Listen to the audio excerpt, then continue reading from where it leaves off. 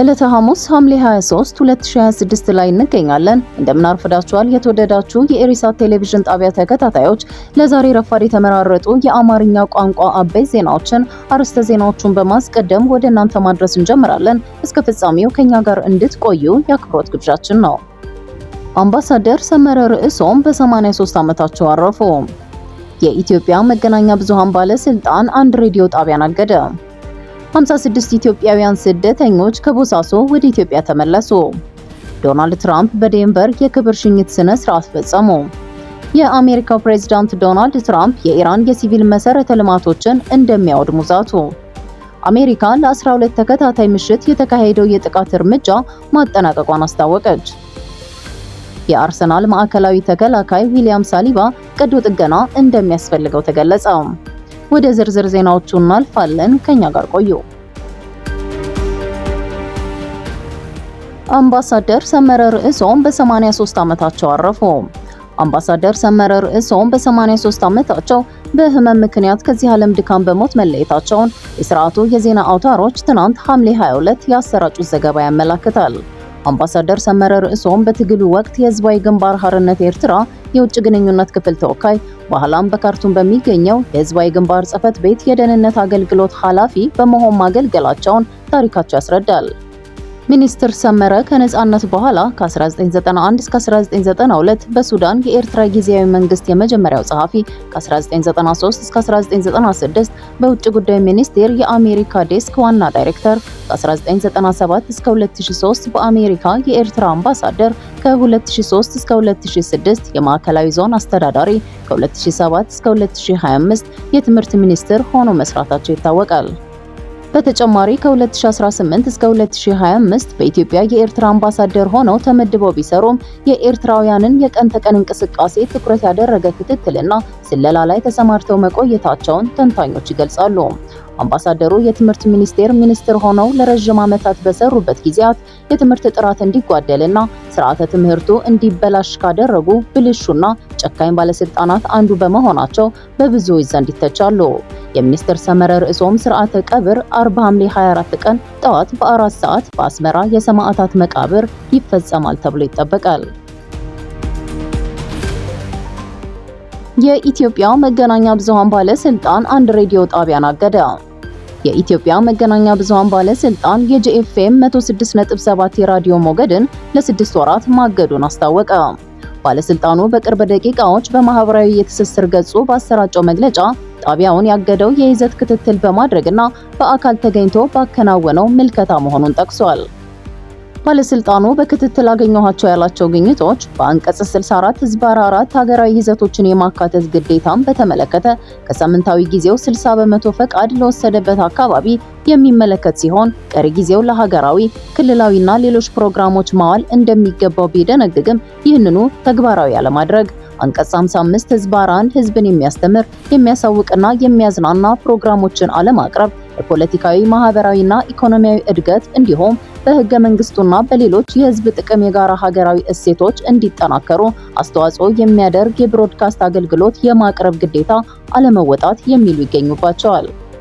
በመሆኑም በአዋጅ ቁጥር 1238 ህዝባር 2013 መሰረት ለጂኤፍኤም 106.7 በፈቃድ ውሉ የተዘረዘሩ ግዴታዎች ሙሉ በሙሉ ተሟልተው ተግባራዊ እስኪደረጉ ድረስ የሬዲዮ ጣቢያው ከሐምሌ 8 ቀን 2026 ታሳቢ የሚሆን ለቀጣይ 6 ወራት ከስርጭት ሙሉ በሙሉ ታግዶ እንዲቆይ መወሰኑን ባለስልጣኑ አስታውቋል።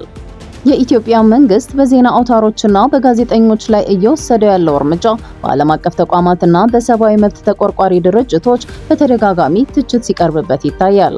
ብልጽግና ከጊዜ ወደ ጊዜ በሚወስዳቸው እርምጃዎች የሀገሪቱ ምስል እየተበላሸ መምጣቱን የፖለቲካ ተንታኞች ይጠቅሳሉ። 56 ኢትዮጵያውያን ስደተኞች ከቦሳሶ ወደ ኢትዮጵያ ተመለሱ። የዓለም አቀፉ የስደተኞች ድርጅት IOM በሰሜናዊ ምስራቅ ሶማሊያ በባሪ ክልል ዋና ከተማ ቦሳሶ የነበሩ 56 ኢትዮጵያውያንን ከነዚህም መካከል 10 ያህል አሳዳጊ የሌላቸው ህፃናትን ጨምሮ በደህና ወደ አገራቸው እንዲመለሱ መርዳቱን ባወጣው መግለጫ አስታውቋል። ድርጅቱ እነዚህ ስደተኞች በሰላም ወደ ኢትዮጵያ መመለሳቸውን ገልጾ ይህ ተግባር በፈቃደኝነት የሚከናወን ሰብአዊ የመመለስ ፕሮግራምን ለመደገፍና ከህገወጥ የስደት መንገዶች ጋር የተያያዙ አደጋዎችን ለመቀነስ የሚደረግ ጥረት መሆኑን ባይዶዋ ኦንላይን ሐምሌ 22 ዘግቧል። ድርጅቱ እንደገለጸው እነዚህ ስደተኞች የስደት ጉዟቸውን ለመቀጠል አስበው ወደ ባህር ዳርቻ የምትገኘው የቦሳሶ ከተማ ተጉዘው ነበር። ሆኖም እንደዚህ ያሉ የስደት መንገዶች የስደተኞችን ደህንነትና ህይወት ለከፍተኛ አደጋ እንደሚያጋልጡ አስጠንቅቋል። IOM 10 አሳዳጊ የሌላቸውን ህፃናት ጨምሮ 56 ኢትዮጵያውያን ዜጎችን በደህና ወደ አገራቸው መመለስ ችለናል ብሏል። ይህም ህገወጥ ስደትን ለመከላከልና ተጋላጭ ስደተኞችን ለመጠበቅ የሚደረግ ጥረት አካል መሆኑን በመግለጫው አስረድቷል። ቦሳሶ ከአፍሪካ ቀንድ ተነስተው ቀይ ባህርንና የኤደን ባህረ ሰላጤን አቋርጠው ወደ የመንና ሌሎች ሀገሮች ለመሄድ ለሚሞክሩ ስደተኞች አስፈላጊ የመሸጋገሪያ ማዕከል ሆና ለረጅም ጊዜ ስታገለግል ቆይታለች። እነዚህም መንገዶች ለመጠቀም የሚሞክሩ ብዙ ስደተኞች ለስቃይ፣ ለእስር፣ ለህገወጥ የሰው ዝውውርና ህይወታቸውን ለሚያሰጉ ጉዞዎች እንደሚጋለጡ ድርጅቱ ገልጿል። በተጨማሪም ድርጅቱ ከሶማሊያ የሚጀምሩ አደገኛ የስደት መንገዶችን ተጠቅመው ጉዟቸውን ለመቀጠል ያሰቡ ሌሎች ኢትዮጵያውያን ስደተኞችንም ወደ አገራቸው ለመመለስ ስራውን እያስፋፋ መሆኑን ገልጸዋል። ዶናልድ ትራምፕ በዴንቨር የክብር ሽኝት ስነ ስርዓት ፈጸሙ።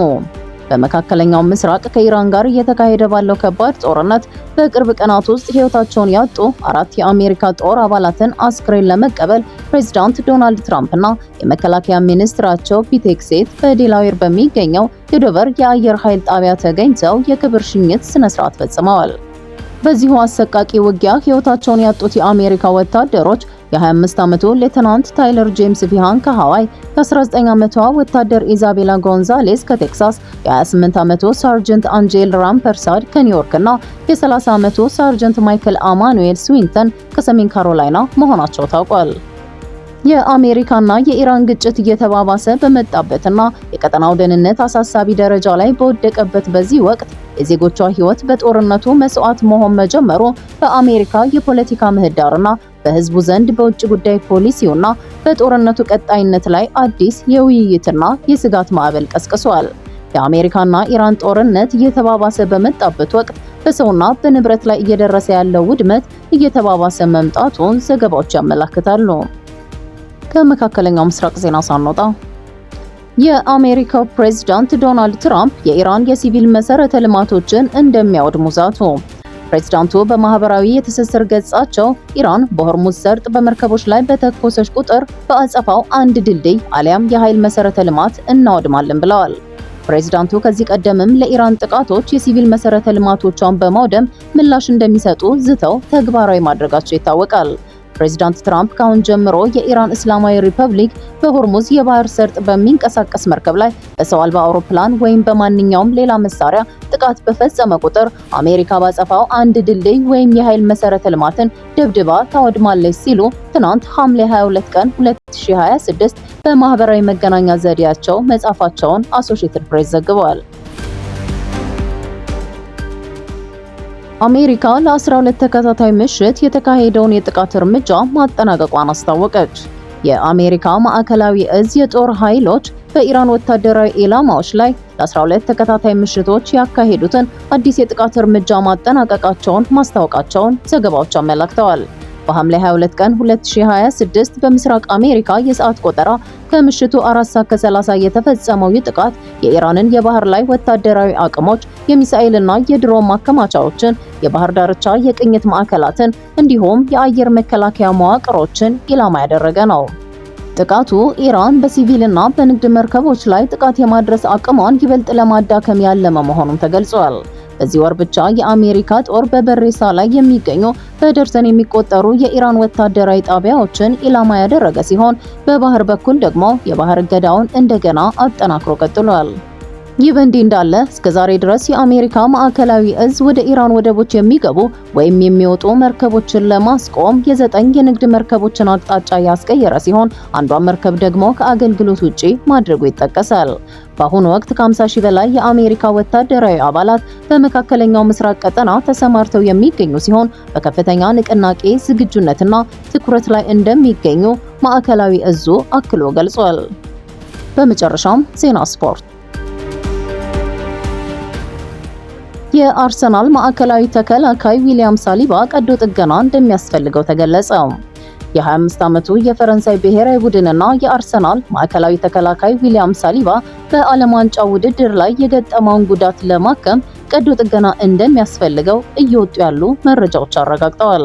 ሳሊባ ፈረንሳይ በስፔን 2-0 በተረታችበት የዓለም ዋንጫ ግማሽ ፍጻሜ ጨዋታ ላይ ተሰልፎ በጨዋታው የመጀመሪያ 30 ደቂቃዎች ውስጥ በጉዳት ምክንያት ለመቀየር መገደዱ ይታወሳል። ተጫዋቹ በውድድሩ ላይ ከአንድ ጨዋታ ውጪ በሁሉም ጨዋታዎች በቋሚነት ተሰልፎ ተጫውቷል።